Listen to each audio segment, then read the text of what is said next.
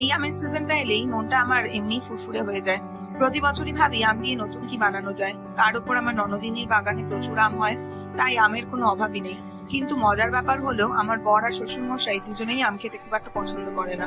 তাই ভাবলাম আমগুলোর একটু সৎকার করা যাক। ভাবতে ভাবতেই চোখে পড়লো বাড়িতে নারকলও আছে। তখন চ্যাটজিপিটিকে জিজ্ঞেস করলাম আমার নারকল দিয়ে কি বানানো যায়। তখনই এই ম্যাঙ্গো কোকোনাট কাস্টার্ডের আইডিয়াটা দিল। ম্যাঙ্গো কাস্টার্ড এর আগে আমি বহুবার বানিয়েছি আর প্রতিবারই দারুণ হয়েছে। কিন্তু এইবার কি হলো কে জানে, তাড়াহুড়োতে আর ভিডিও করার চক্করে এমন একটা ভুল করে ফেললাম যার জন্য কাস্টার্ডটা আর সেটই হলো না।